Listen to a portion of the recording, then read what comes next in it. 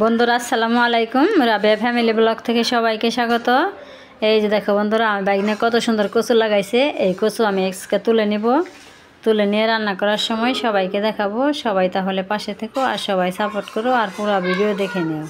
আমি কচুগুলো তুলে নেই, তারপরে কেটে রান্নার সময় সবাইকে দেখাবো।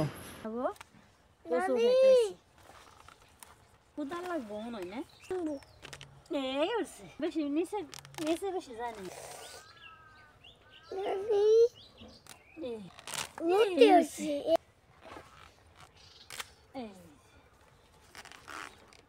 বন্ধ করো।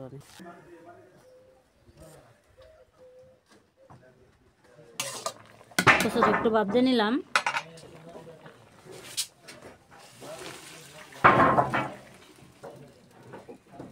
কচু রান্নার জন্য এখানে সুরমা মাছ নিছি, আর এখানে কাঁচামরিচ পেঁয়াজ কেটে নিছি, আর রসুন ছেঁচে নিছি। এখন আমি মাছটা ভাজে নিব। ভাজার জন্য সব মশলাগুলো দিয়ে দেব।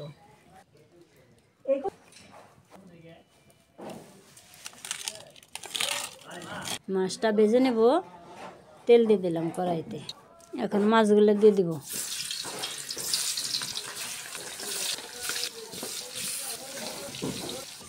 মাছটা ভেজে নামিয়ে নিলাম। এখন আমি সব মশলাগুলো দিয়ে দিব। তেল দিয়ে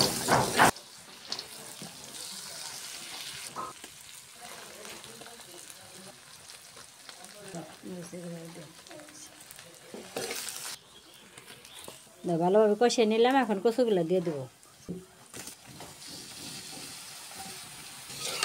এখন আমি কচুটা ভালোভাবে কষিয়ে নেব। বাইগনায় সুন্দর সুন্দর কচু বুনছিল, সেই কচু তুইলাই না রান্না করলাম। এই যে অনেক সুন্দরভাবে কষিয়ে নিলাম। সুরমা মাছ দিয়ে কচুর ঝোল করলাম। এখন আমি পানি দিয়ে দিব। ক্ষেতের কচু তো বাইগনা বুনছে, এই কচু তো কোনো সার বিষ নাই। একটু কষাইতে কষাইতে গইলে গেছে, হালকা একটু ভাপ দিয়ে নিছি, আর এই যে কষাইতে কষাইতে গইলে গেছে। এখন এই ভেজে রাখা মাছগুলো দিয়ে দিব। আমার কচুর তরকারি হয়ে গেছে, এখন নামিয়ে বাগার দিয়ে দিব। তরকারি বাগারের জন্য তেল দিয়ে দিলাম, শুকনো মরিচ দিয়ে দিলাম, একটু আস্ত জিরে দিয়ে দিলাম। এখন পেঁয়াজ দিয়ে দিলাম।